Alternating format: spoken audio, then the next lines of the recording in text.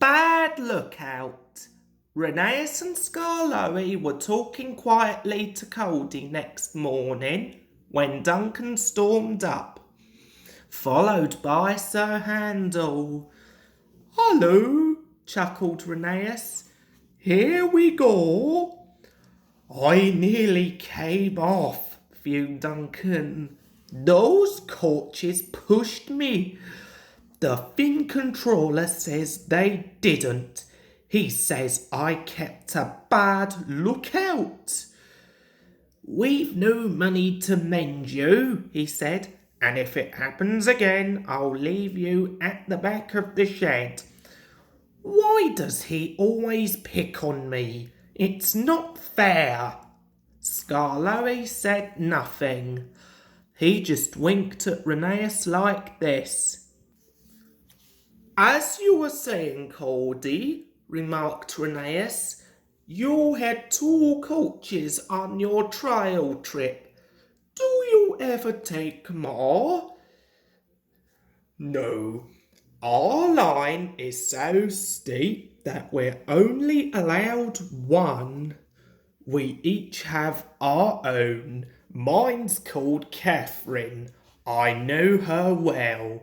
That's most important." "Why?" asked Sir Handel. "They're only coaches." "Ours," said Cody, "are something more. You pull your coaches and you can see ahead. We push ours up so we can't see. They watch the line for us. The guard watches too, of course. But Catherine's so clever that I know at once if anything is wrong." "That must take a load off your mind," said Scarloey. Cody smiled.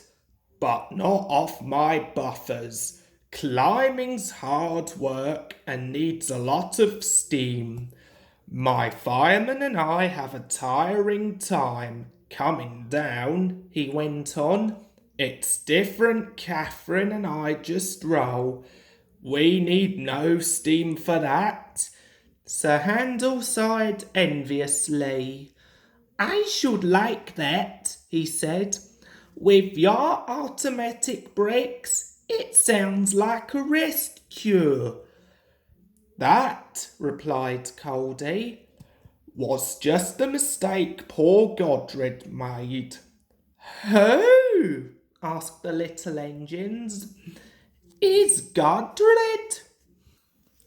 "Godred was our number one and named after a king," Cody replied. "Perhaps that went to his smoke box and made him conceited. He'd never keep a good lookout. He'd roll down the line looking anywhere but at the track." "You'll have an accident," I told him. "Oh," he said, "I've got automatic brakes, haven't I? And driver's got his air brake. What more do you want?" "More sense from you," I said. "No engine can stop at once if he isn't ready to obey his driver's controls." "The first thing a young engine learns," agreed Scarloey.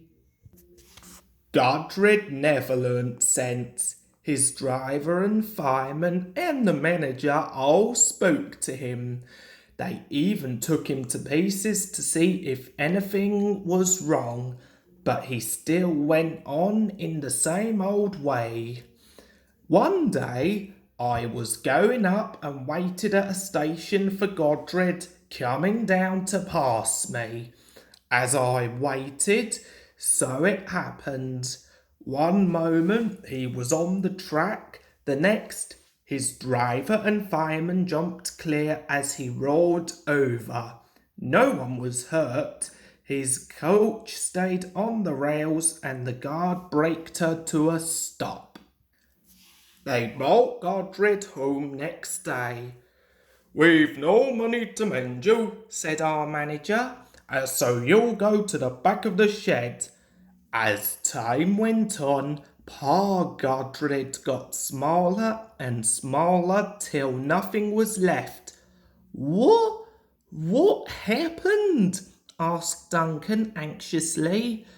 It's not nice to talk about, said Coldy. But what happened? Why isn't it nice? Our drivers used Godred's parts to mend us, answered Coldy mournfully.